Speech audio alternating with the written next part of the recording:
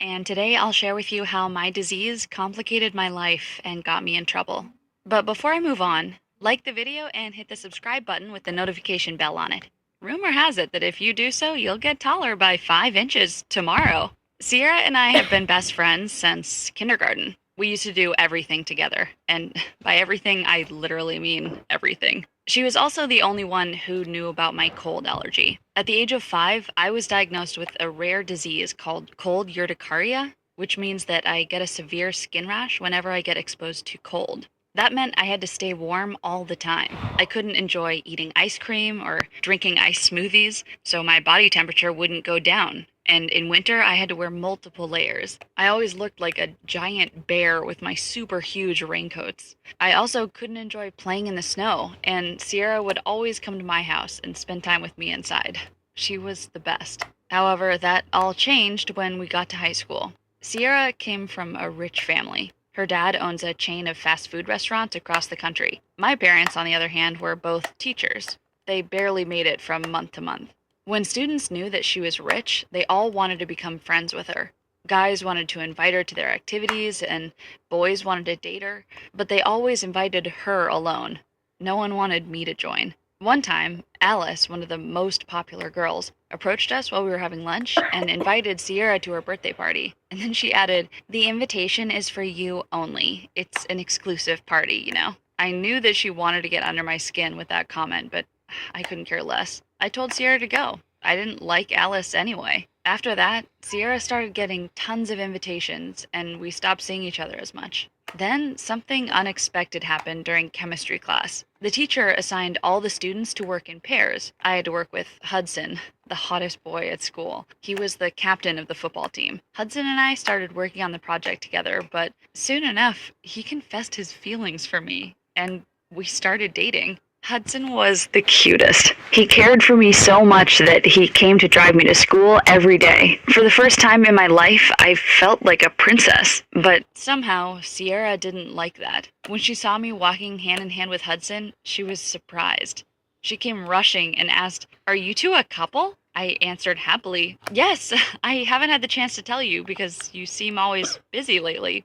How about we all go for dinner together?" Sierra added with a strange look, "Sure, I'd love to get to know my best friend's BF." I smiled, and we agreed to meet at this fast food restaurant. But the moment we walked in, Sierra had a disgusted look on her face and said, "I can't eat here. Let's go to another restaurant. I'll pay." I didn't like it, but I said nothing because Hudson didn't seem to mind. But things like this kept happening. Whenever the three of us were hanging out, Sierra would pick the most expensive place of all and pay for us all. Hudson liked it, but I was embarrassed and hurt by her way of showing off her money. So I stopped inviting her to hang out with us. But then her birthday came, and she wanted to do something extravagant. She booked an exclusive ski trip, hotel, and plane tickets, and invited her closest friends, including Hudson and I, for free. When Sierra handed me the invitation, she said, "Oh, Karen, sorry if you can't make it." I had a feeling that she did that on purpose, so I responded, "Oh, don't worry, I'm coming." My parents freaked out when they heard I was going on the trip.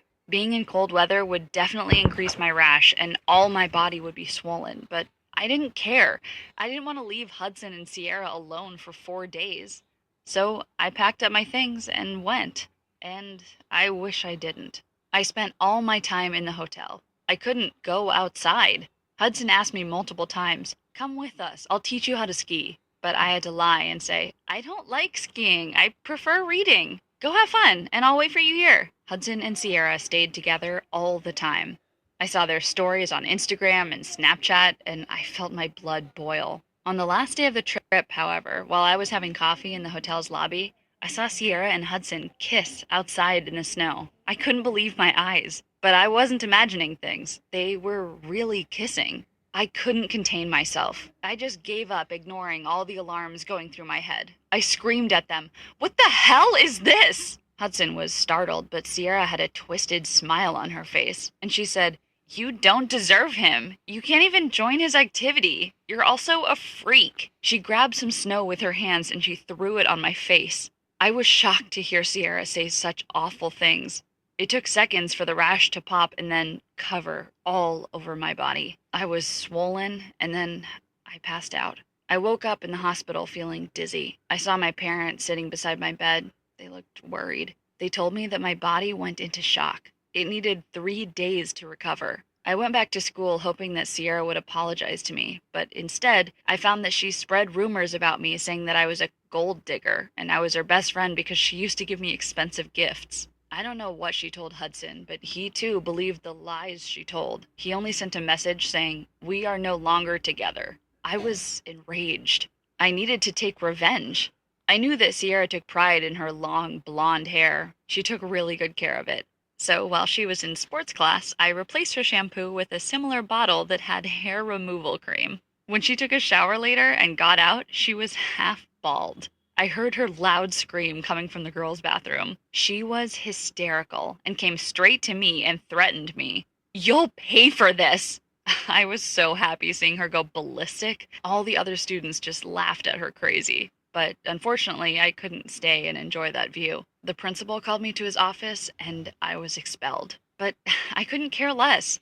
I told my parents that I didn't want to live there anymore, and we decided to move to Florida because it was warm all year round. I moved to a new school and I kept a low radar. I didn't make any real friends and I kept the secret to myself. But Sierra's rumor stuck with me. I wasn't a gold digger. And to prove her wrong, I focused on my studies and graduated. And then I studied finance and business administration in college.